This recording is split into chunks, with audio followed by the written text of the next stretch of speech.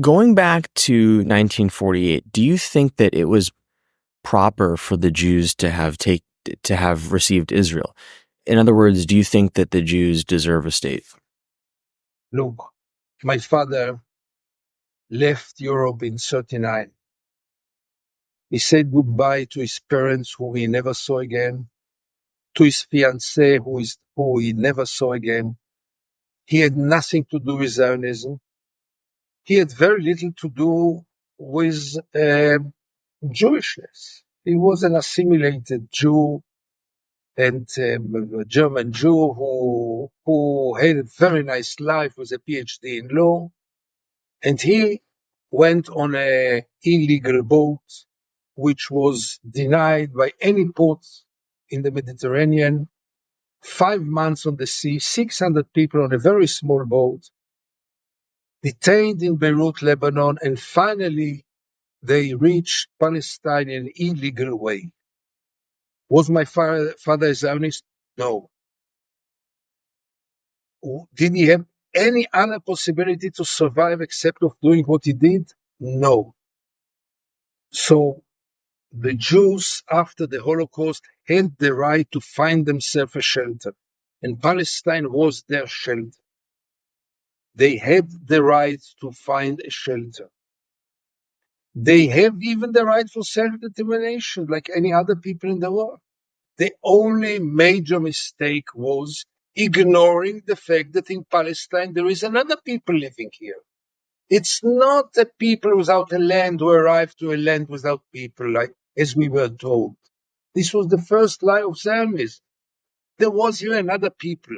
And I still believe at those times it was possible to do something together, but Zionism from the first moment aimed at kicking out the Palestinians and taking over Palestine.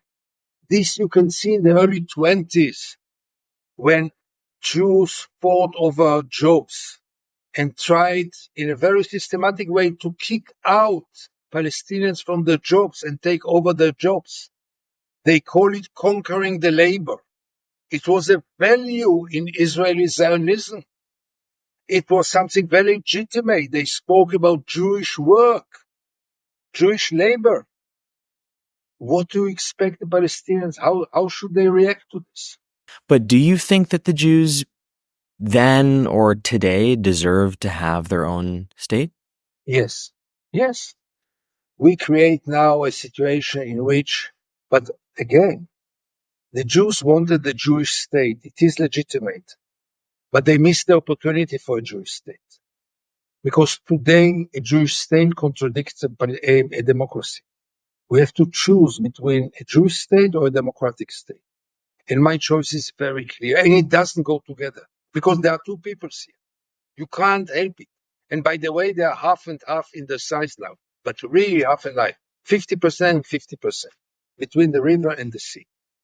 We cannot have a Jewish state in a binational state. We could have had a Jewish state with a very clear majority before 67, but we missed that opportunity.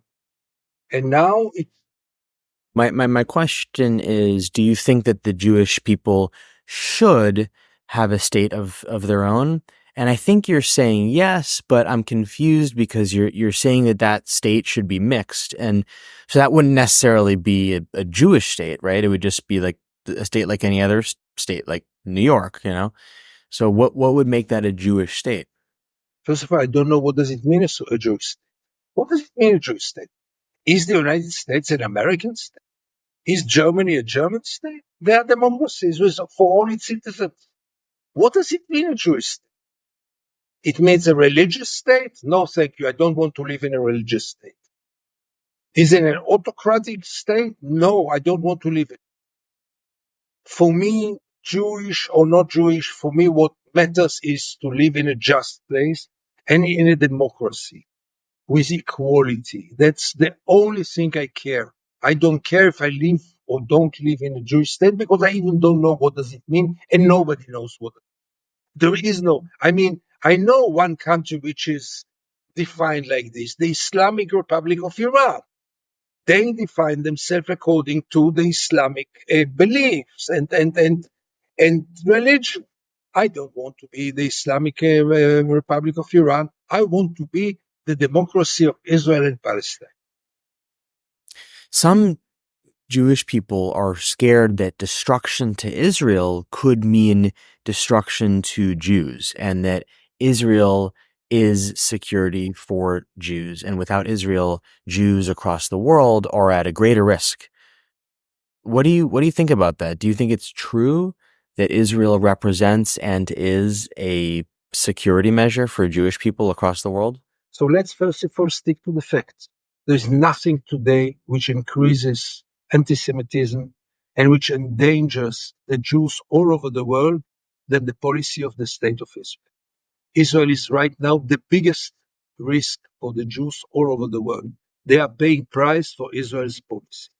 Secondly, Israel today is the less secure place in the world for Jews. Any Jew all over the world has more security than we have now in Israel. By the time we are talking now, in any given moment, they can be here a regional war with missiles and rockets falling on my head without any protection or without limited protection. So, first of all, this myth that Israel is protecting the Jewish world or is securing the Jewish world is false, is not true. It's nothing to do with reality. It's a nice cliche, but it's not true. Secondly, the Jew decided, most of them, not all of them, but most of them decided to support Israel blindly and automatically, no matter what Israel does. They are paying now the price. They never dared, the establishment, mainly in the United States and also in Europe, they never dared to criticize Israel. There is a price for it. If you don't criticize Israel for nothing and you support Israel blindly and automatically, when Israel goes wrong, and Israel went wrong, no doubt about it, you are blamed, yes.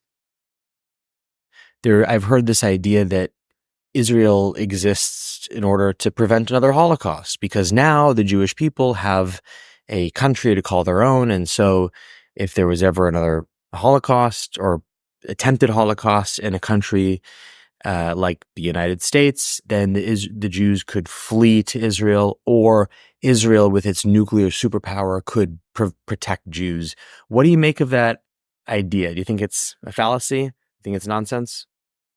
Give me one example in which it happened. I mean, Israel could be a place to immigrate for Jews all over the world, but it doesn't make it a more secure place. Sure, when Jews were in troubles in some countries, they could immigrate to Israel, and this was very nice, and they can still. But Israel by itself is in a risk.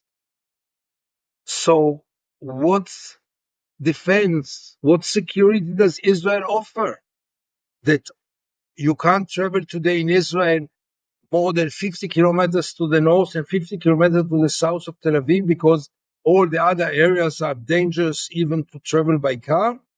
What kind of shelter is this? Yeah, Yeah, no, it's a good point. So earlier I asked about the Jewish state. Should the Jews have a state? Does it make sense? And I think what you said is yes, but ideally that's a democratic state, and it should not have come about the way in which it did. I know that your grandparents, I'm died, yeah, perished in the yeah, Holocaust, sure. and your parents fled the Nazis. Right. So if for them to think Israel is anything other than this miraculous haven, they wouldn't think that, because to them it is a miraculous haven. But that was 1940s, right? And so I think what you're saying is that it was a haven then.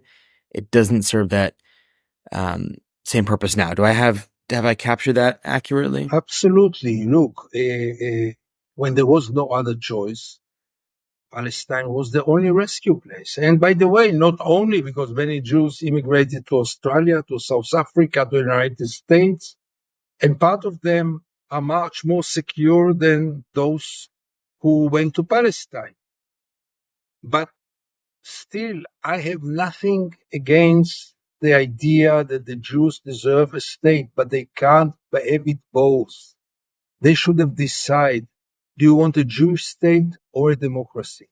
You cannot ignore the fact that there is another people here who was here much before us and most probably will stay here much after us.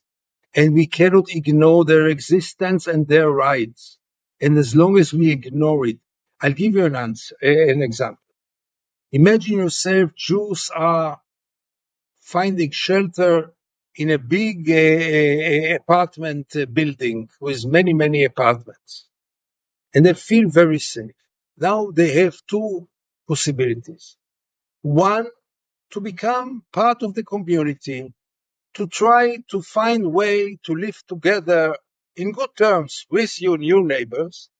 And the other one is from day one to try to take over their apartments. This was Zionism did, and is doing until this very moment. You want them to accept us? How? Why would they accept you if that's your way?